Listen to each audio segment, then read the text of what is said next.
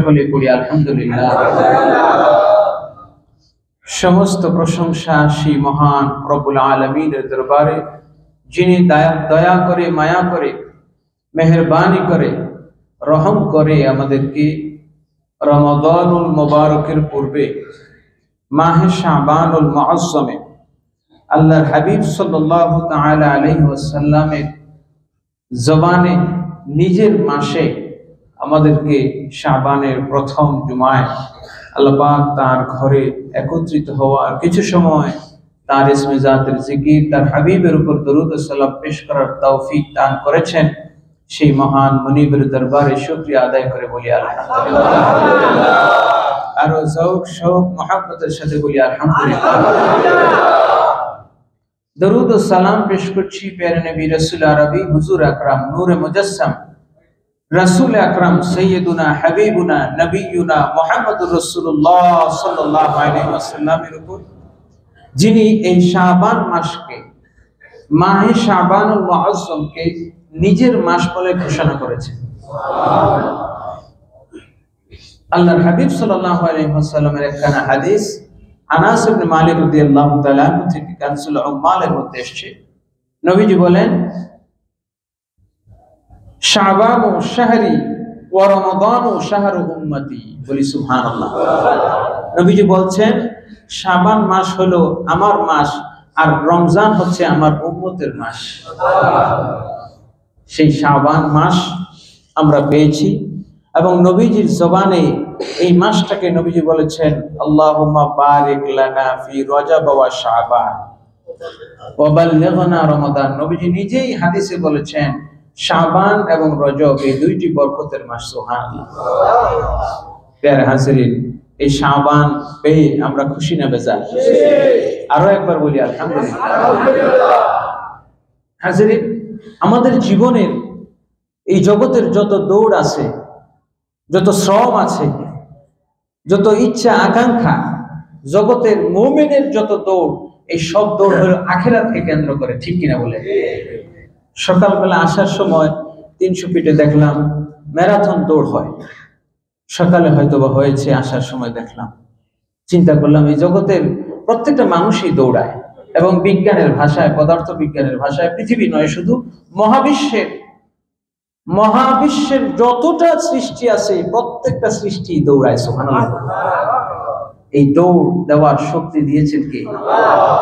এবং প্রত্যেকটা পৃথিবীর নয়, মহাবিশ্বের সমস্ত জিনিস একটা আরেকটার দিকে দৌড়াইতেছে, যে যেদিকে পারে দৌড়াইতেছে, কিন্তু প্রত্যেকটা বিজ্ঞানের কথা হলো প্রত্যেকটাই যে দৌড়াইতেছে একটা অন্তিম, একটা শেষ দৌড়, অন্তিম পরিণতির দিকে প্রত্যেকেই দৌড়াচ্ছে। সুবহানাল্লাহ।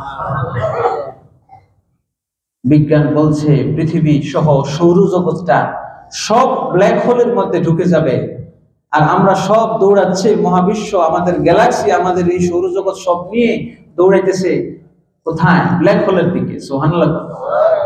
ব্ল্যাক হোল মানে এমন জায়গায় যাবে আর ফিরে আসার সুযোগ নাই। হাজিরিন, এটা বলার উদ্দেশ্য হলো যে প্রত্যেকটা পদার্থ, প্রত্যেকটা বস্তু যদি দৌড়ায়, আমরাও দৌড়াই। আপনার আমার চোখটা যতক্ষণ জীবিত আছি, চোখের পাপড়ি প্রত্যেকটা মুহূর্তে নড়াচড়া করতেছে, আপনার হার্টবিট নড়াচড়া করতেছে। আপনার দেহের মধ্যে যে রক্ত কণিকাগুলো আছে, মাথার তালু থেকে পায়ের পাতা পর্যন্ত সেকেন্ডে সেকেন্ডে দৌড়ায়। সুবহানাল্লাহ। কিন্তু একজন ইমানদারের যত দৌড়, যত পরিশ্রম, শ্রম, যত কাঙ্ক্ষিত লক্ষ্য বস্তু বা উদ্দিষ্ট থাকতে পারে, সেই উদ্দিষ্ট হলো আখিরাত। সুবহানাল্লাহ। এই জন্য আল্লাহ রাব্বুল আলামিন আখিরাতের লক্ষ্যে ইমানদারকে কতগুলো সুযোগ দান করেছেন, যে সুযোগে ইমানদার আখিরাতের পথে পাথেয় সংগ্রহ করতে পারে। সুবহানাল্লাহ। সেই সুযোগটাই হলো এই মাহে শাবান। সুবহানাল্লাহ বলে। হাজিরিন, দেখবেন যারা এসএসসি পরীক্ষা দেয়, মনে করেন আগামী এপ্রিল মাসের 1 তারিখ থেকে হয়তোবা এসএসসি পরীক্ষা শুরু, ফেব্রুয়ারি মার্চ মাস ওই বাচ্চাগুলো স্কুল, কলেজ, মাদ্রাসা সব জায়গায় কোচিং এ, প্রাইভেটে দৌড়াদৌড়ি করে, ঠিক কিনা? কারণ 2 মাস পরেই তার পরীক্ষা। একজন ইমানদারও ঠিক তদ্রূপ, মাহে রমজান হলো তার একটা পরীক্ষার মাস। আল্লাহর পক্ষ থেকে রমজানকে আল্লাহ পরীক্ষা স্বরূপ প্রেরণ করবেন। শবে কদরে তার ফাইনাল পরীক্ষা, কে জাহান্নাম থেকে মুক্তি পাবে, কে জাহান্নামে যাবে। সেই রমজান আসার আগে প্রস্তুতির মাস হলো মাহে শাবান।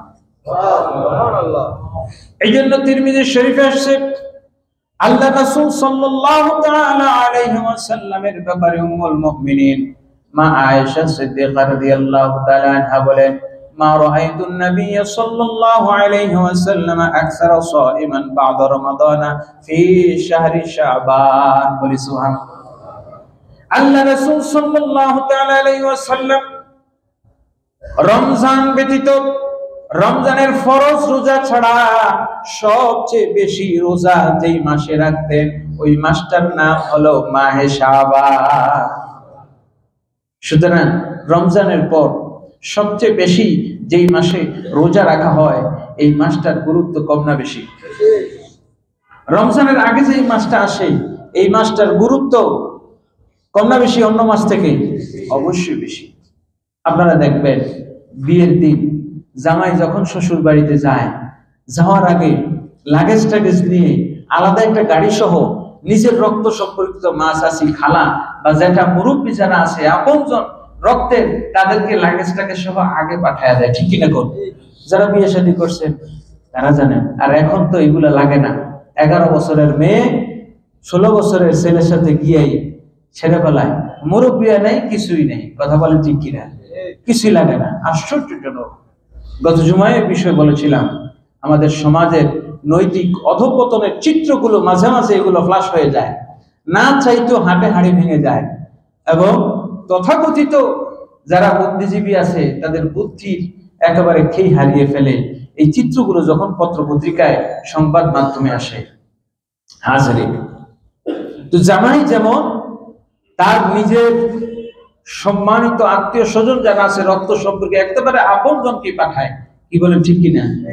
নাকি বন্ধু বান্ধব দূর সম্পর্কের কাউকে পাঠায় না, তার একেবারে কাছের লোকজন আগেই পাঠিয়ে দেয়, রক্ত সম্পর্কিত লোকজনকে পাঠায়, যাতে আগে গিয়েই সেই আপনার বধূ সাজানো বলেন, ইস্তেকবাল জানানো বলেন, এই প্রিপারেশনটা নিতে পারে। ঠিক তদ্রুপ রমজান আসতেছে আমাদের কাছে আল্লাহর মেহমান। পড়ি সুবহানাল্লাহ।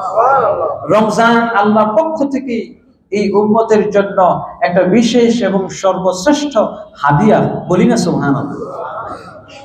এই রমজানের রোজা আল্লাহ পাক আর কাউকে দেন নাই। তো সেই রমজানের আগে আমাদের কাছে আগে আগে আরেকজন মেহমান এসেছেন, সেই মেহমানের নাম মাহে শাবান। বলি সুবহানাল্লাহ। আল্লাহ রাসূল সাল্লাল্লাহু আলাইহি ওয়াসাল্লামকে প্রশ্ন করা হলো, ইয়া রাসূলুল্লাহ, ইয়া হাবিবাল্লাহ, আপনি রমজান মাসে কেন এত বেশি রোজা রাখেন? শাবান মাসে কেন বেশি রোজা রাখেন? রমজান মাসের পূর্বে শাবানে এত বেশি রোজা রাখেন কেন? নবী সাল্লাল্লাহু আলাইহি ওয়াসাল্লাম বলেন, ওয়া হুয়া শাহরুন তুরফাউল আমালু ফীহি ইলা রাব্বিল আলামিন। এই সময়টা হলো মাহে শাবান, এমন একটা মাস যেই মাসে আল্লাহর কাছে বান্দার আমলগুলো উত্থাপন করা হয়। বলি সুবহানাল্লাহ। যেই সময়টা আল্লাহর কাছে বান্দার আমলনামা উত্থাপন করা হয়। আচ্ছা বলেন তো, বান্দার কোন সময় কোন আমলটা আল্লাহর কাছে না যায়? এমন কোন সময় আছে? প্রত্যেকটা মুহূর্তে, প্রত্যেকটা সেকেন্ডের সব আমল আল্লাহর কাছে যায় কি যায় না? যায়। কিন্তু তা সত্ত্বেও আল্লাহ রাসূল স্পেসিফিক ভাবে বলেছেন শাবান মাসে আল্লাহর কাছে বান্দার আমলগুলো পৌঁছায়।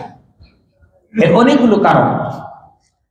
হাদিস শরীফে আসছে, আল্লাহ রাসূল সাল্লাল্লাহু আলাইহি ওয়াসাল্লাম বলছেন যে, ইন্না লিল্লাহি মালাইকাতুন সাইয়াহিনা ফিল আরদ ইয়াজিউ ইলা আবদিহি ইনদাল মাসাই ওয়া ইনদাস সুবহি। পড়ি সুবহানাল্লাহ।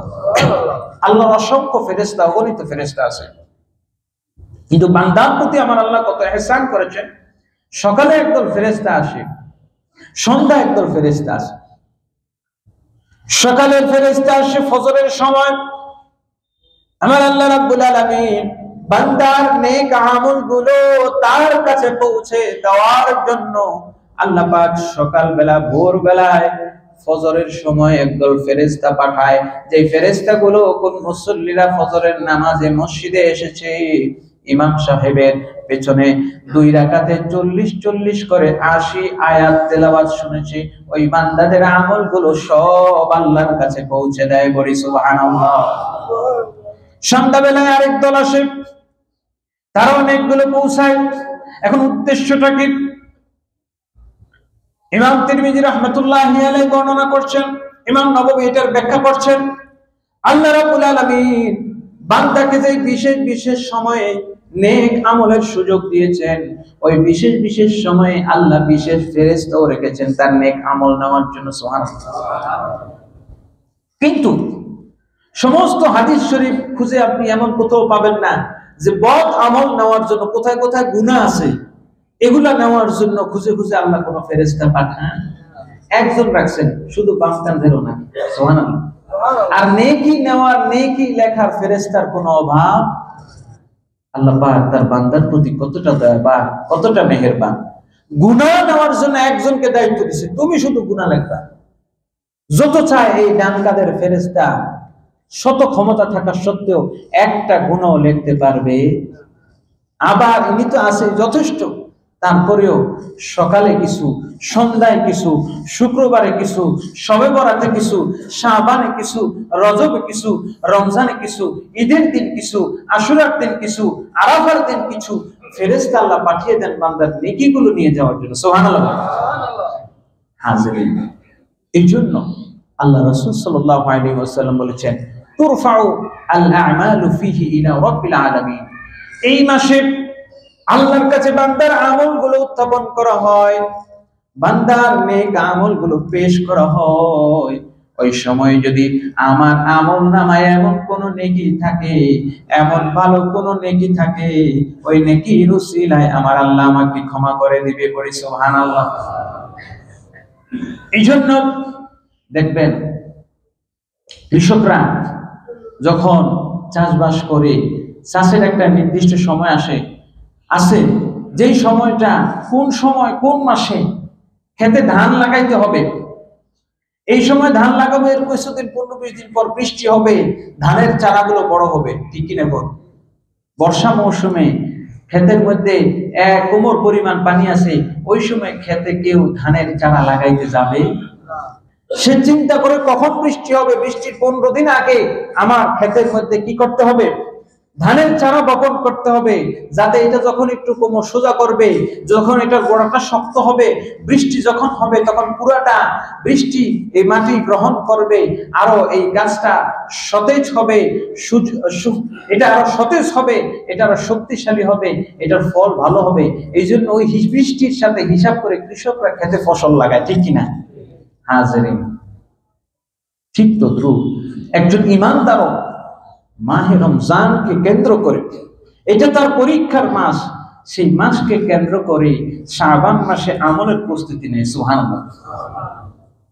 হযরত আব্দুল কাদের জিলানী রাহমাতুল্লাহি আলাইহি গনিয়াতুত তালিবিনের মধ্যে লিখেছেন, হযরত আব্দুল্লাহ ইবনে ওমর, হযরত আনাস রাদিয়াল্লাহু তাআলা আনহু থেকে বর্ণিত, তিনি বলেন, কানা আসহাবুন নবী সাল্লাল্লাহু আলাইহি ওয়াসাল্লাম ইযা রুউ হিলাল শাবানা। আল্লাহর নবীর সাহাবীগণ যখন শাবানের চাঁদ দেখতেন, শাবানের চাঁদ দেখে রমজানের প্রিপারেশন নিয়ে নিতেন। কিভাবে তারা প্রস্তুতি গ্রহণ করতেন? যার ক্ষেতে ফসল আছে ফসলটা কেটে আনতেন। সুবহানাল্লাহ বলেন। কারণ রমজান মাসে খেতে ফসল কাটতে যাবে না। যার সম্পত্তির যাকাত আসে, যাকাতটা তিনি শাবান মাসে দিতেন। সুবহানাল্লাহ। যদিও সাহাবায়ে কেরাম জানতেন রমজানে যদি আমি যাকাত আদায় করি 1/70 গুণ, কিন্তু তারপরেও রমজান মাসে যাকাত দিতে দিতে নিউ মার্কেটে গিয়ে শাড়ি কিনতে কিনতে তারাবির নামাজ মিস, কাপড় কিনতে গিয়ে তারাবির নামাজ মিস, যাকাতের কাপড় দিতে দিতে মানুষ অ্যাক্সিডেন্ট হয়ে বহুত হতাহত হয়। এই যাকাতের কাপড় কিনতে আর দৌড়াইতে দৌড়াইতে আপনার আমল টাইম শেষ। আপনি 70 গুণ কিনতে গিয়ে এদিক দিয়ে আরো 200 গুণ চলে যায়। ঠিক কিনা কর? এই জন্য সাহাবায়ে কেরাম জানা সত্ত্বেও নিজেদের সম্পদের যাকাত দিতেন শাবান মাসে। সুবহানাল্লাহ। উদ্দেশ্য কি? একেবারে সব কাজ থেকে আমি মুক্ত হয়ে রমজানের চাঁদ যেদিন উঠতো ওই দিন থেকেই তাদের ইতিকাফ শুরু হয়ে যেত। আর আমাদের মাশাআল্লাহ এতেকাফ শেষের 10 দিন কি করবো, কি টাকা টুকা ব্যাংকে থেকে উঠায়া নাই নাতপুর আত্মীয় স্বজন সবার জন্য। শেষের 10 দিন যে বরকত বেশি, এই 10 দিন মার্কেটেও ভিড় বেশি, ঠিক কিনা? হাজিরিন, একজন ইমানদারের জন্য রমজানের প্রস্তুতির মাস হলো শাবান মাস।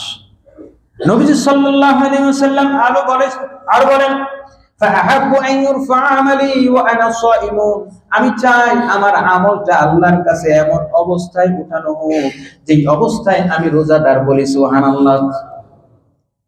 নবীজি সাল্লাল্লাহু আলাইহি ওয়াসাল্লাম আরো ইরশাদ করেন কি, সাহাবায়ে কেরামদের মধ্যে যে আমলগুলো প্রচলিত আছে নবীজিকে দেখেই তো সাহাবায়ে কেরাম আমল করতেন। কি বলে, ঠিক কিনা? তারা তো নিজেরা মন করা ইচ্ছা অনুযায়ী করেন নাই যে রমজান মাসে যাকাত না দিয়ে শাবান মাসে দিত, কারণ নবীজি সাল্লাল্লাহু আলাইহি ওয়াসাল্লামের থেকে শিখেছেন। এমন কি আব্দুল কাদের জিলানী গুনিয়াতুত তালিবিনের মধ্যে লিখতেছেন, শুধু যে আমল করতেন তা নয়, বড় এমন কি যারা কয়েকখানার দায়িত্ব ছিল তারাও কয়েকখানার যত আসামি আছে তাদেরকে ডেকে যার যে শাস্তি আছে শাস্তি হলে শাস্তি দিয়ে দিতেন, যার শাস্তি না হয় বিচার ফয়সালা করে তাকে মুক্তি দিয়ে দিতেন, কিংবা জরিমানা দিয়ে তাকে মুক্ত হওয়ার ব্যবস্থা করতেন। কারণ রমজান মাসে কোনো আসামি যাতে হাজতখানায় জেলখানায় কয়েদি হিসেবে না থাকে, আর সে যদি নেক আমল করতে না পারে সেই গুনাহটা আমি কারা রক্ষক হিসেবে, কারা প্রহরী হিসেবে আমার আমল নামায় যাবে, সুতরাং তাকেও মুক্ত করে দেওয়া হতো। বুঝতে পারতেছেন সাহাবায়ে কেরামদের আমল।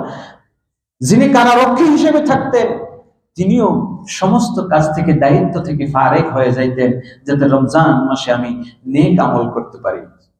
হাজিরিন, সাহাবায়ে কেরাম রিদওয়ানুল্লাহি তাআলা আলাইহিম আজমাইন তারা দুনিয়ার প্রতি এতটা লালায়িত ছিলেন না।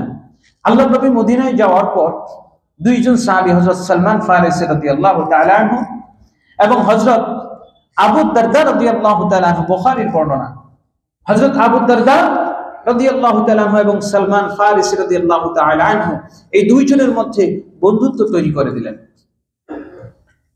বন্ধুত্ব তৈরি করে দেওয়ার পর সালমান ফারিসি তার বাড়ি ইরাক পারস্য, আবু দারদা মদিনায় তার বাড়ি। দুইজনের মধ্যে বন্ধুত্ব হওয়ার পর হযরত সালমান ফারিসি রাদিয়াল্লাহু তাআলা আনহু আবু দারদার বাড়িতে গেলেন। যাওয়ার পরে রাতে খাওয়া দাওয়া হলো। খাওয়া দাওয়ার পরে আবু দারদার স্ত্রী বাতি জ্বালিয়ে ঘরের কাজ করতেছেন, আবু দারদা ঘর থেকে বাহিরে অন্য ঘরে অবস্থান করতেছেন। সুবহানাল্লাহ। ঘরের মধ্যে সারা রাত খালি কাজের আওয়াজ, আটা পিষতেছেন এটার আওয়াজ শোনা যাচ্ছে। তখন সালমান ফারিসি ঘুম আসে না। তিনি ডাইকে বলতেছেন আবু দারদার স্ত্রীকে, বলতেছেন আপনি রাত্রে ভোর কাজ করতেছেন, আপনার স্বামী কোথায়? তখন আবু দারদার স্ত্রী বলতেছেন যে আমি কি আর বলবো আপনাকে, আবু দারদা দুনিয়ার প্রতি তার কোনো আগ্রহ নাই, তিনি সারা রাত দাঁড়িয়ে দাঁড়িয়ে নামাজ পড়েন। সুবহানাল্লাহ। সালমান ফারিসি রাদিয়াল্লাহু তাআলা আনহু এটা দেখে আশ্চর্য হলেন যে আমি তো নবীজির দরবারে থাকি, নবীজির ঘর মসজিদে নববীর পাশেই, আর আমি মসজিদে নববীর বারান্দায় থাকি। আমি তো দেখি নবীজি এশার সালাত আদায়ের পর ঘরে গিয়ে ঘুমান, আবার তাহাজ্জুদের সময় উঠেন। আবু দারদা তুমি এই কাজ করতেছো ঠিক না। সুবহানাল্লাহ বলেন। আবু দারদা বললেন তাহলে কোনটা ঠিক?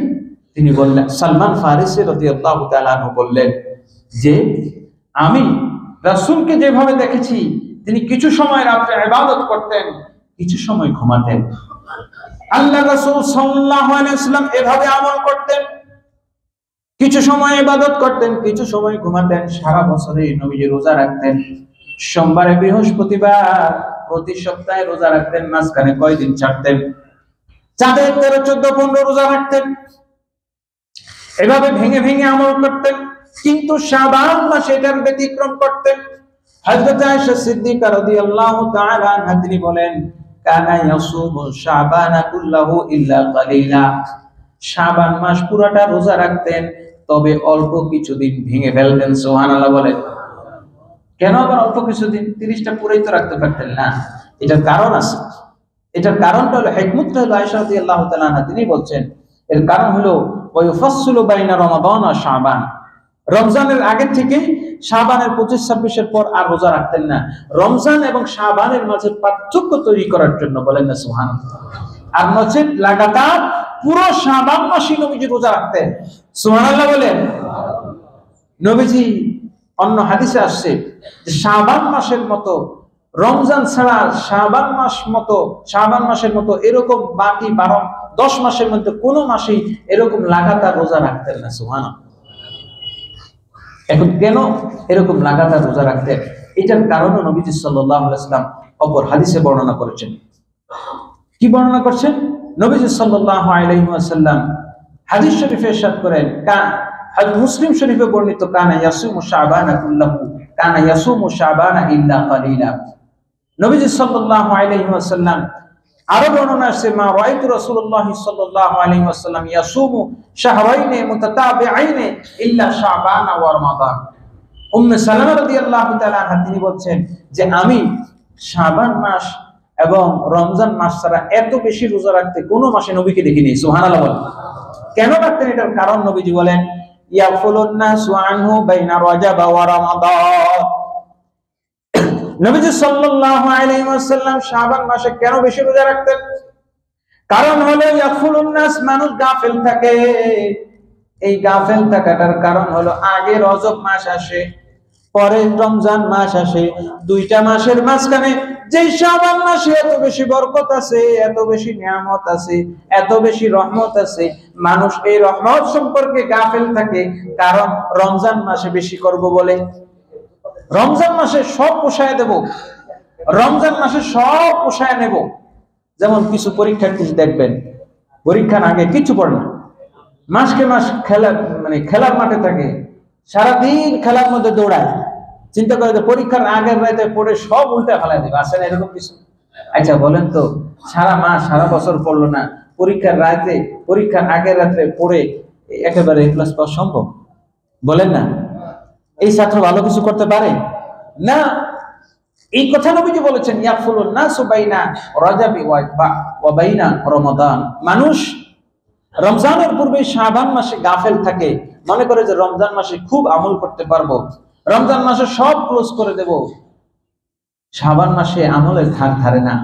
এই জন্য হাজিরিন, আল্লাহ পাক নিজেই বলেছেন, ওয়া রাব্বুকা ইয়াখলুকু মা ইয়াশাউ ওয়া ইয়াখতার। আর সূরা কাসাসের মধ্যে আল্লাহ বলছেন, তোমার রব যা ইচ্ছা সৃষ্টি করেন, আর সৃষ্টি করার পর সেখান থেকে যাকে ইচ্ছা তাকে বাছাই করেন, মনোনীত করেন। সুবহানাল্লাহ। আব্দুল কাদের জিলানী এই আয়াতের ব্যাখ্যায় তিনি বলছেন, আল্লাহ পাক পৃথিবীতে অনেকগুলো জিনিস সৃষ্টি করেছেন, 4টা সাগর তৈরি করেছেন। কয়টা? সাগর বা নদী, নদ, বৃহৎ জলাশয়, নীল, ফোরাত, জাইহুন, সাইহুন, এই 4টা। বলেন না সুবহানাল্লাহ। 4টার মধ্যে ফোরাতকে আল্লাহ বিশেষভাবে বৈশিষ্ট্যমণ্ডিত করেছেন, তাকে বিশেষভাবে বরকত রহমত দিয়েছেন। বলেন সুবহানাল্লাহ। দরুদ শরীফ পড়ি সাল্লাল্লাহু। আল্লাহ রাব্বুল আলামিন ওয়া রাব্বুকা ইয়াখলুকু মা ইয়াশাউ ওয়া ইয়াখতার, তিনি যা ইচ্ছা সৃষ্টি করেন এবং যাকে ইচ্ছা তাকে মনোনীত করেন। দেখেন এই পৃথিবীতে, মহাবিশ্বে, আমাদের মিল্কি ওয়ে গ্যালাক্সিতে অনেক গ্রহ উপগ্রহ আছে না নাই? আছে, কিন্তু মানুষকে পৃথিবী নামক গ্রহে পাঠাইছে। আর কোথাও কোনো মানুষের কোনো অস্তিত্ব নাই।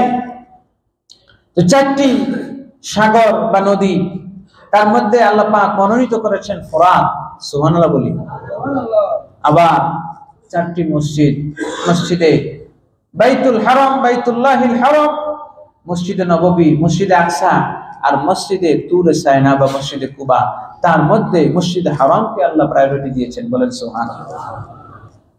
আল্লাহ রাব্বুল আলামিন এভাবে 4 জন নবী, হযরতে মূসা, হযরতে সুলাইমান, হযরতে ইব্রাহিম, হযরতে মুহাম্মদুর রাসূলুল্লাহ সাল্লাল্লাহু আলাইহি ওয়াসাল্লাম, 7 জন উলুল আজমের মধ্যে 4 জনকে আমার আল্লাহ বিশেষভাবে মনোনীত করেছেন। তাদের মধ্যে আমার নবীকে বিশেষভাবে শ্রেষ্ঠত্ব দিয়েছেন। বলি সুবহানাল্লাহ। এভাবে আল্লাহ পৃথিবীতে 4টা পাহাড়কে মনোনীত করেছেন। একটা হচ্ছে জাবালে আবু কুবাইস, আরেকটা হলে জাবালে তুরে সাইনা, মুসা আলাইহিস সালাম যে পাহাড়ে গিয়েছেন, আরেকটা হলো উহুদ পাহাড়, আরেকটা হলো জাবাল লুবনান। এই চারটা পাহাড়ের মধ্যে আমার আল্লাহ রাব্বুল আলামিন যে পাহাড়ের মধ্যে নূরের তাজাল্লি দিয়েছেন, ওই তুর সাইনাকে বিশেষভাবে মনোনীত করেছেন। বলেন সুবহানাল্লাহ। সব পাহাড়ে আল্লাহ নূরের তাজাল্লি দেন নাই, দিয়েছেন না, তুর পাহাড়টাই ভাগ্যে সৌভাগ্যবান। বলেন সুবহানাল্লাহ। তেমনি ভাবে পৃথিবীতে চারটা শহরকে আমার আল্লাহ মনোনীত করেছেন, চারটার মধ্যে সবচেয়ে শ্রেষ্ঠত্ব দান করেছেন মক্কা শহরকে। বলেন না সুবহানাল্লাহ। আর মাসের মধ্যে 12টা মাসের মধ্যে 4টা মাসকে আল্লাহ মনোনীত করেছেন, 4টা মাসকে বিশেষভাবে সম্মানিত করেছেন। 4টা মাসের মধ্যে একটার মধ্যে কোরআন নাজিল করেছেন, রমজান মাস, আর আরেকটার মধ্যে মাহে শবে বরাত দান করেছেন। বলেন সুবহানাল্লাহ। এই শবে বরাতটা কি, এটা নিয়ে আমরা আগামী জুমা আলোচনা করব, কিন্তু এতটুকু জেনে রাখেন যে আমার আল্লাহ বছরে 365টা রাতই আল্লাহ, ঠিক কিনা? শনি থেকে বৃহস্পতি পর্যন্ত প্রতিটা দিনই আল্লাহ, ঠিক কিনা বলেন? কিন্তু প্রতিদিনই আমরা এভাবে এত বেশি লোক সপ্তাহে 7 দিনই এভাবে একত্রিত হই, কথা বলেন, হই না। তাহলে এইটা কেন ইয়াউমুল জুমআ হলো? জুমআ মানে জামায়াত হওয়া, জামা মানে হলো বহু বছর অনেক লোকের সমাগম হওয়া। তো এই দিনটার নাম কেন এটা রাখলেন? শনিবার, রবিবার, সোমবার, মঙ্গল, বুধ, বৃহস্পতি, অন্য যে কোনো দিন দিতে পারতেন। এটা আমার আল্লাহর ইচ্ছা। সুবহানাল্লাহ। সপ্তাহে 7টা দিনে আল্লাহ, কিন্তু তারপরেও শ্রেষ্ঠ একটা দিন আমার আল্লাহ করে দিয়েছেন, সেটি হলো জুমার দিন। সুবহানাল্লাহ। তো বছরের 365টা রাতই সমান আপনি আমি বলতে পারি না, কারণ আমার আল্লাহ এই রাতগুলোর মধ্যে কোন রাতে কোরআন নাজিল করেছেন, কোন রাতে তার হাবিব পাঠিয়েছেন, কোন রাত নির্ধারণ করেছেন যে এই রাতে আমি আল্লাহ কোরআন নাজিলের সিদ্ধান্ত নিয়েছি। এই রাতে আমার বান্দাদের মধ্য থেকে কে কে আগামী 1 বছর মৃত্যুবরণ করবে, কে কে আগামী 1 বছর হজ করবে, আমি আল্লাহ এই রাতে নির্ধারণ করি। সুবহানাল্লাহ বলে। সুতরাং যেই মাসে এমন একটা রাত আছে, যেই মাসে, যেই রাতে আমার আল্লাহ জীবিতদের তালিকা লিপিবদ্ধ করেন, যেই রাতে আমার আল্লাহ মৃতদের তালিকা লিপিবদ্ধ নির্ধারণ করেন, যেই রাতে আল্লাহ আগামী 1 বছর কারা কারা হজে যাবে সেই তালিকা নির্ধারণ করেন, যেই মাসে এই রাত আছে সেই মাসের মূল্য কম না বেশি? কোরআন নাজিলের কারণে শবে কদরের মর্যাদা, ঠিক কিনা বলেন? শবে কদরের কারণে রমজানের মর্যাদা, ঠিক কিনা বলেন?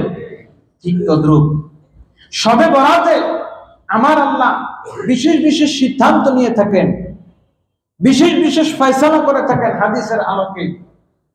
সুতরাং শবে বরাত অন্য রাত থেকে আলাদা, আর যেই মাসে শবে বরাত আছে ওই মাসও অন্য মাস থেকে আলাদা। বলেন না সুবহানাল্লাহ। হাজরিন, এই শবে বরাত নিয়ে আমরা আগামী জুমা আলোচনা করব, কিন্তু তার পূর্বে আপনাদের খেদমতে একটি বিষয় আরজ করতে চাই। শবে বরাত সম্পর্কে অনেক ওলামায়ে কেরাম, অনেক মনীষী, কিংবা অনেক আপনারা সাধারণ মুসল্লি, আপনাদের মধ্যেও অনেক মতামত, অনেক মতবিরোধ আছে না নাই? অনেকে বলেন শবে বরাত সুন্নত, অনেকে বলেন বেদাত, আছে না নাই? হাজরিন, আমি একটা প্রশ্ন আপনাদেরকে করতে চাই। আচ্ছা বলেন তো, শবে বরাত নিয়ে যে ইখতিলাফ করেন, ইখতিলাফ করার এর কোনো যৌক্তিকতা তাদের মধ্যে নেই। কারণ শবে বরাতকে একজন ইমানদার কখনো বলে না যে বছরে 365 রাতই শবে বরাত। যদি আপনি বিতর্ক করেন তাহলে শবে কদর নিয়ে বিতর্ক আছে না নাই? কথা বুঝে নিন, আছে না? কেউ বলছেন 21তম রাত, কেউ বলছেন 23তম রাত রমজানের, কেউ বলছেন 27তম, কেউ বলছেন 25তম। কথা বুঝতে পারছেন? আবার আব্দুল্লাহ ইবনে মাসউদ বলতেছেন শবে কদর বছরের 365 রাতের যে কোনো রাত হইতে পারে, এটা কোনো নির্দিষ্ট নাই। সুবহানাল্লাহ। আচ্ছা তাই বলে কি আমরা শবে কদর ছেড়ে দিছি? কোন মুসলমান আছে শবে কদর ছাড়ছে? জীবন ভর করে আসতেছে আল্লাহ আপনি যেদিন নির্ধারণ করেন করেন, আমার কাজ হলো আপনাকে সিজদা দিয়ে যাওয়া, কবুল করার মালিক তো আল্লাহ, ঠিক কিনা? আমাদের কাজ হলো ইবাদত করে যাওয়া। সুন্নত কি বিদআত আছে কি নাই এটা দেখার দরকার নাই, ঠিক কিনা? কোন? হ্যাঁ, দরকার আছে। আমি একটা আন্দাজে বলে দিলাম যে এই দিন সবাই মিলে আসবেন, এই দিন সবাই মিলে আমরা ইবাদত করব, তা কিন্তু না, এটা শরীয়তে গ্রহণযোগ্য নয়।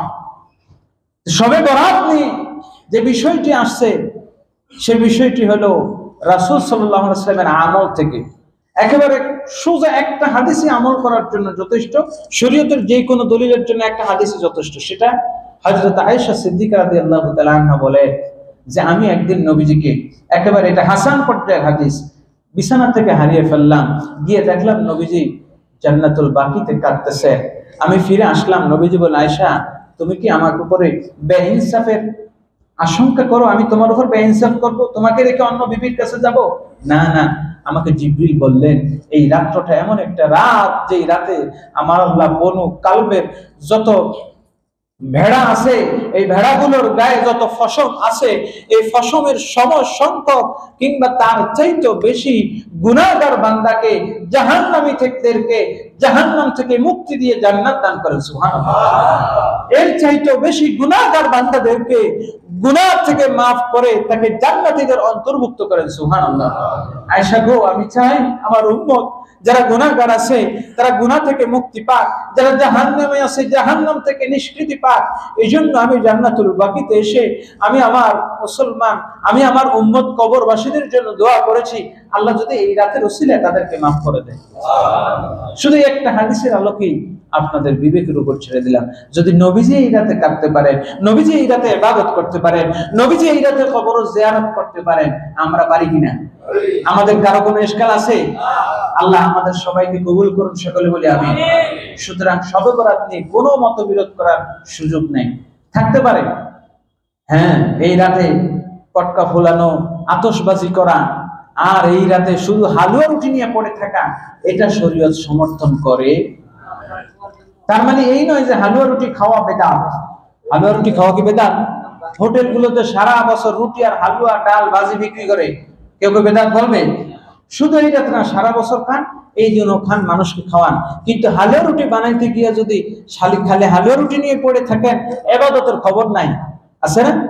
হাজরিন, এই রাতটা হলো ইবাদতের রাত, এই রাতটা হলো আল্লাহর পক্ষ থেকে মাগফিরাতের রাত, এই রাতটা হলো ক্ষমার রাত।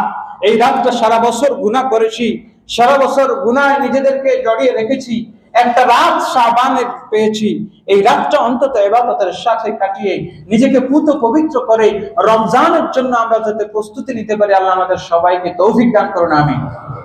আমরা আগামী শুক্রবার লাইলাতুন নিসফি মিন শাবান শবে বরাত উপলক্ষে এই মসজিদে বরাবরের মতো সব সময় আপনারা সবাই মিলে আমরা ইবাদত বন্দেগী আল্লাহর কাছে একসাথে কাটাকাটি করি, আল্লাহর কাছে ফরিয়াদ করি, যাতে আল্লাহ পাক এই মাসে, এই আগামী এক বছরে যাদের তালিকাগুলো আল্লাহ মৃত ব্যক্তিদের তালিকাগুলো করবেন, ওই তালিকার মধ্যে যদি আমাদের নাম থেকে থাকে তাহলে যেন মাফ করে দেন। এই রাতে আল্লাহ সন্তান পৃথিবীতে কার কার আসবে সেগুলো লিখে থাকেন, আল্লাহ যেন নেক সন্তান দান করেন। এই রাতে আল্লাহ যারা হজ করবে হাজিদের তালিকাও করে থাকেন, আল্লাহ যেন সেই তালিকায় আমাদের নামকে অন্তর্ভুক্ত করেন। সুতরাং সেই জন্য কি অন্তত একটা রাত আমরা আল্লাহর জন্য কোরবানি করতে পারি কিনা? কারা কারা রাজি আছেন হাত তুলে আল্লাহকে দেখেন, আল্লাহ কবুল করুন, সকল বলে আমিন। আগামী শুক্রবার দিবাগত রাত লাইলাতুন নিসফি মিন শাবান, শবে বরাত নামে হাদিসে আসে নাই, হাদিসে এসেছে লাইলাতুন নিসফি মিন শাবান, শাবানের অর্থ রজনী। এই নিয়ে কোনো ইশকাল করার, বিরোধিতা করার সুযোগ নেই। হাদিসের আলোকে আমরা আমল করব, সারা রাত নফল ইবাদত করব, দোয়া জিকির আজকার হবে, এবং এই মসজিদে কমিটির আয়োজনে তাবারুকের আপনারা সবাই ব্যবস্থাপনা করে থাকেন, সবাই মিলে এই তাবারুক আয়োজন করা, এটাও সুন্নাহ, বলেন না সুবহানাল্লাহ। সাহাবায়ে কেরাম মসজিদ নববীর মধ্যে তাবারুক সব সময় ঝুলানো থাকতো। যার খেজুর গাছ আছে খেজুরের থোকা এনে বারান্দায় ঝুলিয়ে রাখতেন প্রত্যেক শুক্রবারে, সুবহানাল্লাহ। এখন তো শুক্রবারে মিলাদ টিলাদ উঠেই গেছে। শুক্রবারে সাহাবায়ে কেরামরা যার ক্ষেত খামারে যার যে সবজি আছে, ফসল আছে, যার খেজুর গাছ আছে, খেজুরের থোকা এনে বারান্দায় টানায় রাখতেন, যে যাইতো মনে চাইলে একটা খেজুর নিয়ে যাইতো, সুবহানাল্লাহ। এখন তো নাই, মসজিদে বাতাসা উঠে গেছে, জিলাপি উঠে গেছে। যাই হোক, অন্তত শবে বরাতের রাতে আপনারা বরাবরই করে থাকেন। এই আগামী শুক্রবার দিবাগত রাত শবে বরাত আমরা ইনশাআল্লাহ কিছু তাবারুকের আয়োজন করতে চাই কি চাই না? কারা কারা চান একটু আল্লাহকে দেখাই, আল্লাহ কবুল করুন, সকলে বলে আমিন। তাহলে এখনই আমরা আপনাদের কাছে একটু আরজ করব। গত জুমায় বলেছি 5-7 মিনিটের মধ্যে আমরা শেষ করব। আপনারা যে যা দিতে চান একটু নামগুলো লেখান, কিংবা স্বীকৃতি দিতে চান, আপনাদের সামনে ব্যাগ যাবে, 1000, 2000, 5000, 500, যে যেটুকু